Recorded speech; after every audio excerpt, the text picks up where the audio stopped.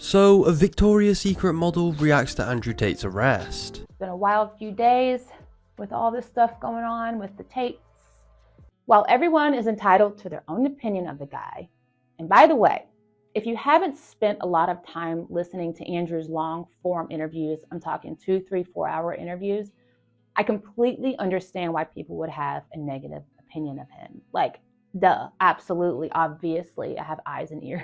Listen, I too was shocked when I first came across his content. I went from being triggered and offended to laughing hysterically to surprisingly agreeing with him on a lot of things. A full range of emotion was had, let me tell you. But after hours of content, I decided I liked the guy and I liked his message and what he stood for. We both have an understanding that the institutional powers do not want people to think for themselves or to be self-reliant. We share that same sentiment when it comes to corruption and power. I think it's pretty obvious to anyone that Andrew's online persona is exactly that, a persona. A combination of provocative entertainer, intellectual, and a comedian. I mean, I think he's hysterical. A lot of over-the-top and somewhat obnoxious takes sprinkled with a bit of truth. With that said, what concerns me the most is the negligent assumptions people are making without really knowing anything about him. A quick Google search and it's an immediate, he's a scumbag, human trafficker, signed, sealed, delivered, case closed, end of story. It's very reminiscent of the COVID-19 narrative. One side blindly trusted the science, they attacked, vilified, humiliated, destroyed anyone who questioned it, and the other side simply wanted to be left alone to make their own health decisions based on the information we were given, which was dodgy and inconsistent. So sure, you can absolutely dislike Andrew Tate, and that's totally fine. But to automatically assume he's a human trafficker, rapist, woman abuser is just negligent.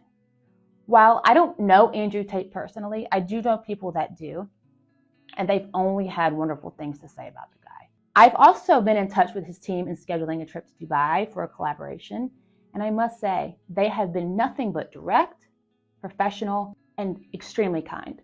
And I look forward to meeting Andrew and his team in the future once this debacle is sorted out, and I pray and trust that it will be very soon. Look, as I said, everyone is entitled to their own opinion, but the attacks, hypocrisy, vilification, and humiliation, and just straight up evil has got to stop. Knowing what I know about the power structures that want to destroy Andrew, I'll probably never believe anything the Romanian or US government conjure up on him. He knew this day was coming and he warned of it so many times. He's also stated in multiple interviews that officials have bribed ex-girlfriends, offering up to $50,000 to say he was a terrible person, to no avail. Unfortunately, when these same tactics are used on poor, vulnerable Romanian women or women in general that could so desperately use that money, this same outcome isn't always guaranteed. I believe Andrew and Tristan are way too smart, too rich, too successful, and calculated to participate in any criminal activity.